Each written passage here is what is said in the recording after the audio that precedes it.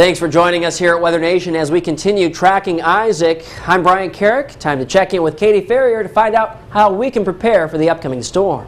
Hey, thanks, Bryan. Well, of course, I've got my dog Sydney with us here, and one of the things that a lot of folks are trying to get prepared for is evacuating their family, or at least prepping the entire family, and that means your furry friends too. Let's take a look here at some of the prep that we should do. Don't be scared, be prepared is the main motto. You want to pay attention, obviously, to forecasts. That's why you're watching us here, right?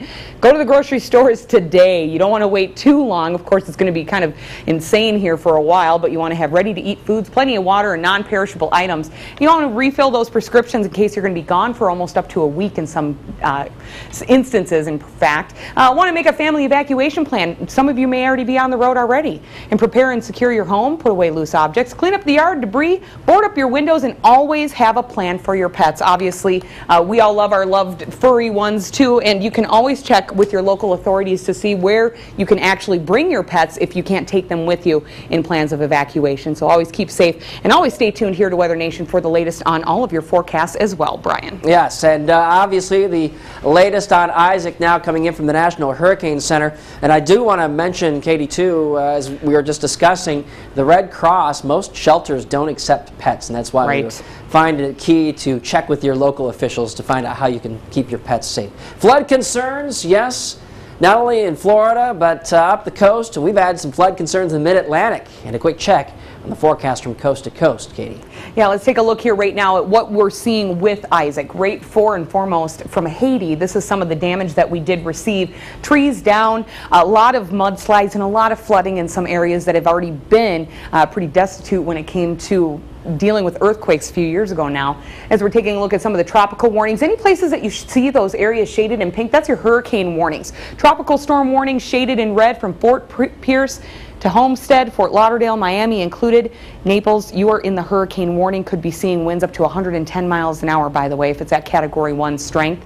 Tropical watches, any place shaded in pink, that's Apalachicola and just out of the coast off of Tampa Bay. We're looking at hurricane watches. So again, similar situation here. High winds, inland tropical storm watches, as those winds and rain showers are not expected to be as intense as it will be further off to the south. So be prepared. A lot of locations already getting plans in place and evacuating out.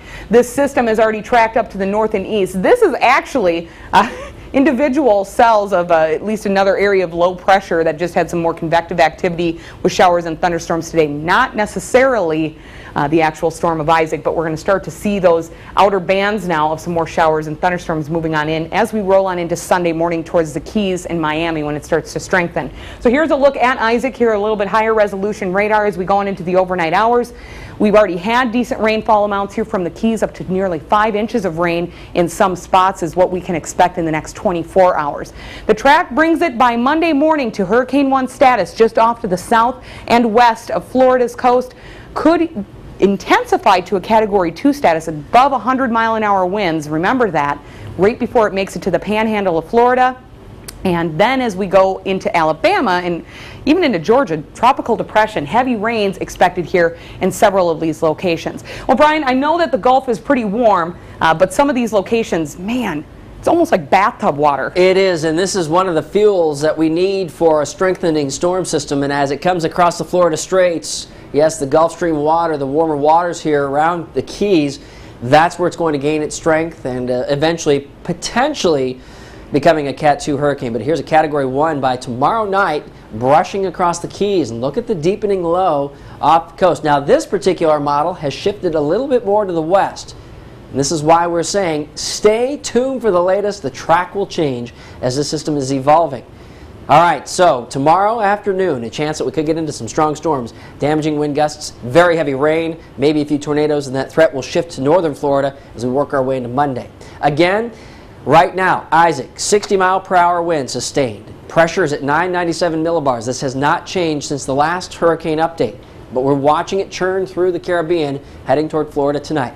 Scattered showers and storms central plains. We've had a few severe storms, parts of Kansas and Oklahoma. That system will continue moving east. The mid-Atlantic region, been stormy. Out west, the monsoon has been actually plaguing the Four Corners region with downpours and some lightning at times.